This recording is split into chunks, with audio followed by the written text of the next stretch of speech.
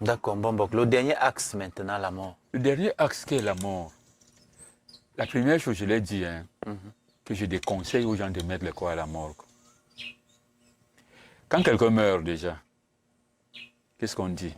On a mis son corps à la morgue. Ça veut dire que ce n'est pas lui qu'on a mis à la morgue. C'est son corps. C'est son corps. Lui-même est où? Si vous comprenez ça, vous allez donc comprendre pourquoi il y a un problème à ce niveau. Quand vous mettez un corps à la morgue, je n'interdis pas, mais je déconseille. Mais si vous mettez un corps à la morgue, il ne faut pas fermer la maison du deuil. Même si le corps fait 2 mois là-bas, vous laissez la maison ouverte pendant toute cette période. Parce que lui-même, il est là. Son corps est à la morgue, mais lui-même, il attend son corps. Parce qu'il attend de voir qu'on lui montre la porte d'entrée au pays des morts, qui est la tombe. Ça, c'est la porte d'entrée. Il attend. Et si vous ne faites pas ça, si vous mettez un corps à la morgue et que vous fermez la maison du deuil, lui va disparaître. Le jour où vous enterrez son corps, il n'est plus là. Vous l'appelez, ne viendra plus parce qu'il est perdu. Mais puisqu'il est désormais esprit, a-t-il encore besoin de ce corps-là? On peut faire de ça ce qu'on veut. Puisqu'il est déjà esprit, on peut également faire le rituel d'accompagnement sans que le corps ne soit là. Est-ce que... comment ça se passe? J'aime la question là. Pour illustrer cela, je vous donne un gobelet d'arachide. Vous divisez ça au milieu. La première partie, vous enlevez la peau. Vous laissez le grain seul. La deuxième moitié, vous laissez la peau. Et vous allez s'aimer les deux. Là, vous avez enlevé la peau, rien ne va pousser. Là, vous avez laissé la peau, ça va germer, ça va pousser. Vous pouvez expliquer pourquoi? Donc l'enveloppe est importante voilà. dans le processus. Vous avez compris. Donc, si vous prenez le corps, vous jetez, parce que c'est le corps, jetez, parce que l'esprit est là, ça ne va rien donner. C'est important. Donc, c'est une question qui vient toujours. Parce que les gens se disent que non, mais c'est le corps, on jette le corps, pourquoi son esprit est là? Dès qu'on prend l'exemple des graines d'arachide là, on comprend tout. C'est important. Oui, puisque c'est l'enveloppe de la graine d'arachide qui ouvre la voie pour que l'arachide pousse. C'est important. C'est pas... Dieu a organisé le monde et nous a donné ces enseignements et que nous devons donc transmettre.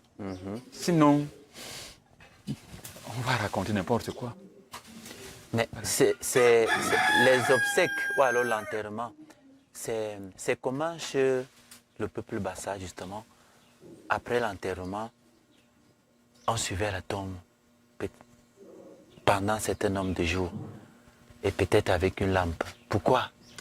Alors, avant que d'arriver là-bas, quand quelqu'un meurt, j'ai dit, il ne faut pas mettre son corps à la morgue. Et j'ai expliqué pourquoi.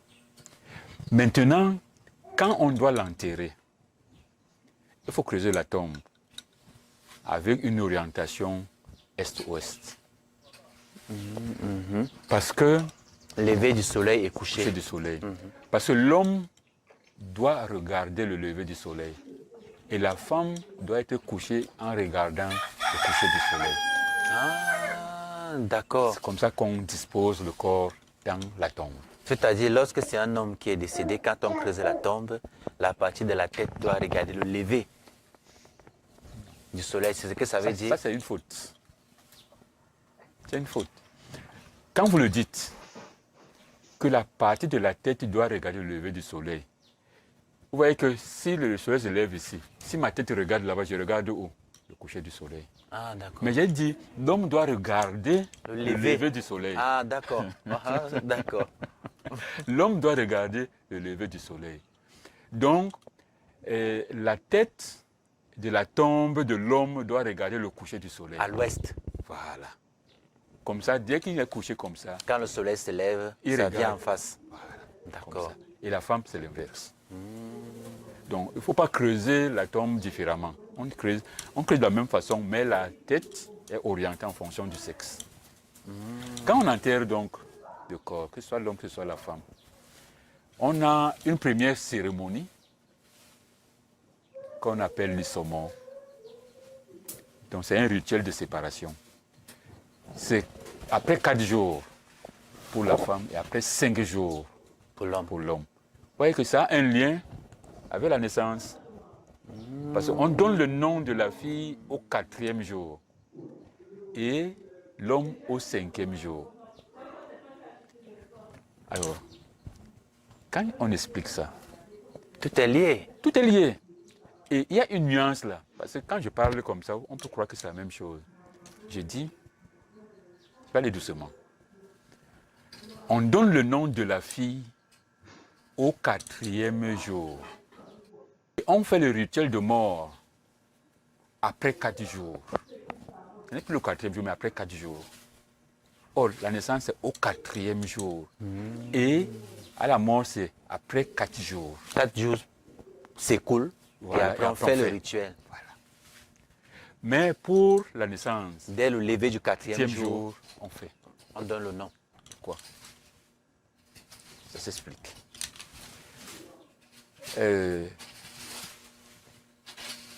L'homme avait 9 corps spirituels. C'est qu'on dit souvent là que l'homme, Dieu a enlevé la côte pour créer la femme. C'est pas vrai. Parce que quand Dieu a créé l'homme, Dieu lui a donné 9 corps spirituels, parce que Dieu lui-même en a 10. S'il donnait les 10 corps, il devait être comme Dieu lui-même. Il donne donc 9 corps spirituels à l'homme qui est à la ressemblance de Dieu. Quand il trouve qu'il est seul, il l'endort, il sépare donc ses corps et donne 4 à la femme et les 5 à l'homme. Donc quand un enfant naît, s'il est une femme, dès que l'enfant naît, ses corps, je ne sais pas comment on dit ça, mutent. Un jour, le premier corps, deuxième jour, deuxième corps, troisième jour, troisième corps, 4e jour. Donc dès que le 4e jour commence à C'est l'aboutissement. l'aboutissement, c'est là, avant qu'il ne finisse, c'est là où on lui donne donc les informations qui doivent l'accompagner. Donc on lui donne son nom, sa mission sur cette terre et ainsi de suite. Et il s'enveloppe donc. C'est pour ça qu'on fait ça au 4e jour. 4e jour. Et au 5e jour pour l'homme. l'homme. Et le décès, parce que ces corps vont se défaire pour que l'esprit parte. Et il faut donc laisser qu'ils finissent de se défaire. Donc c'est après le 4e jour pour la femme et le 5e jour. Et on fait donc le rituel de séparation. C'est ça la nuance. Au 4e jour et après le 4e jour. Au 5e jour et après le 5e jour. Et pendant donc ces 4 jours-là, tu as posé la question de la lampe. Il n'y a pas que la lampe. Il y a même un grand feu qu'on fait. Parce que pendant ces 4 jours, ces 5 jours, on n'a pas encore accepté le corps de l'autre côté. Il est encore là. Il s'éclaire de cette lampe. Il se réchauffe de ce grand feu. En attendant qu'on vienne le chercher. Au 4e, après le 4e jour, après le 5e jour. C'est ça. Pourquoi on garde la tombe? Il y a les exhumeurs. On protège nos os.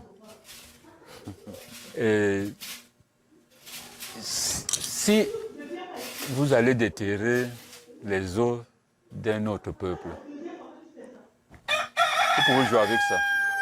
Mais si vous déterrez l'os d'un bassin, vous allez voir que vous avez fait quelque chose. Ça va vous tuer si vous n'êtes pas initié.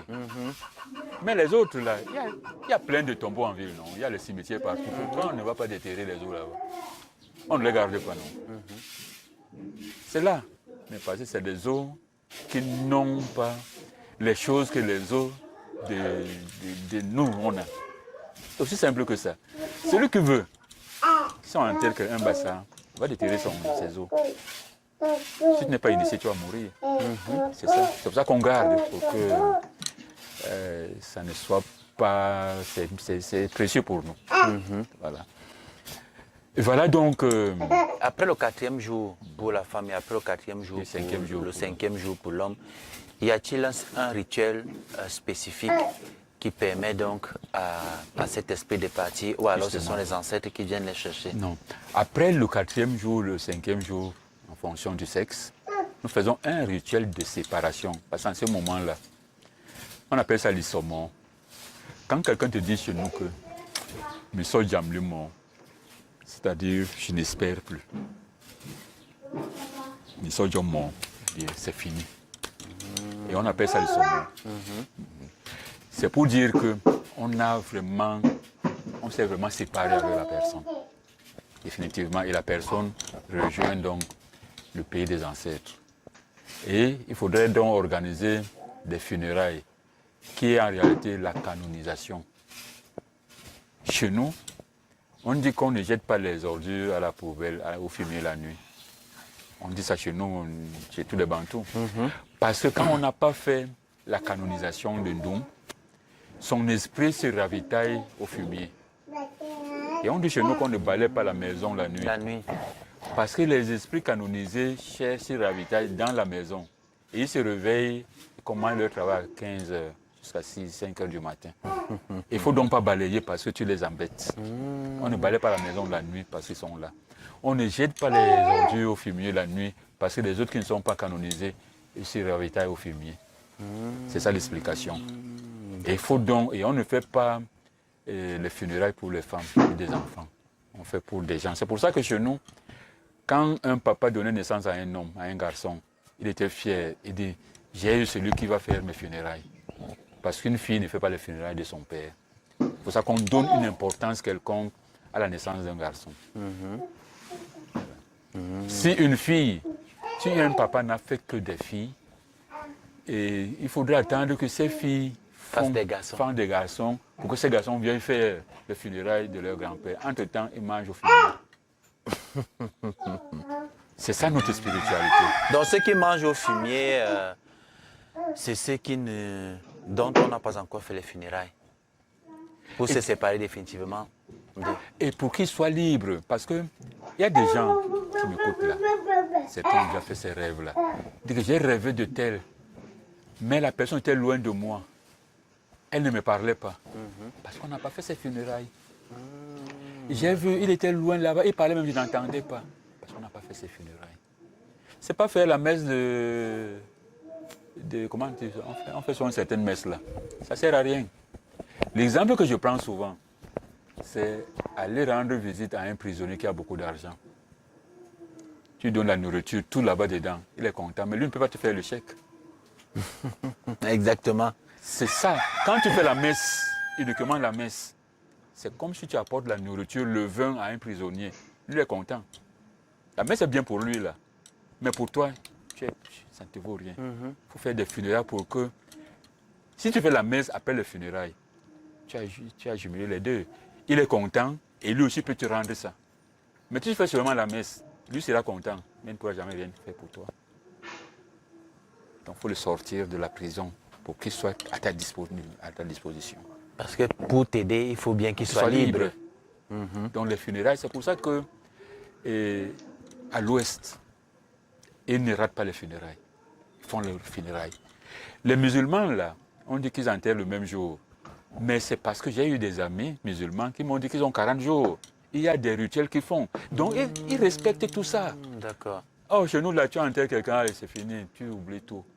C'est dangereux. Tu commences à pleurer que vraiment... Ça ne marche pas. Et d'autres peuples fonctionnent, ça marche chez eux, chez nous, ça ne marche pas. Mais quand vous enterrez vos morts, vous oubliez leur esprit. Vous voulez que ça marche comment?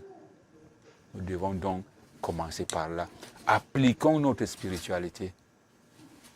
Notre état originel, avec nos croyances, mettons-les ensemble en binôme. On sera bien demain. Mais dès qu'on prend les croyances importées là, avec notre état originel, on est perdu.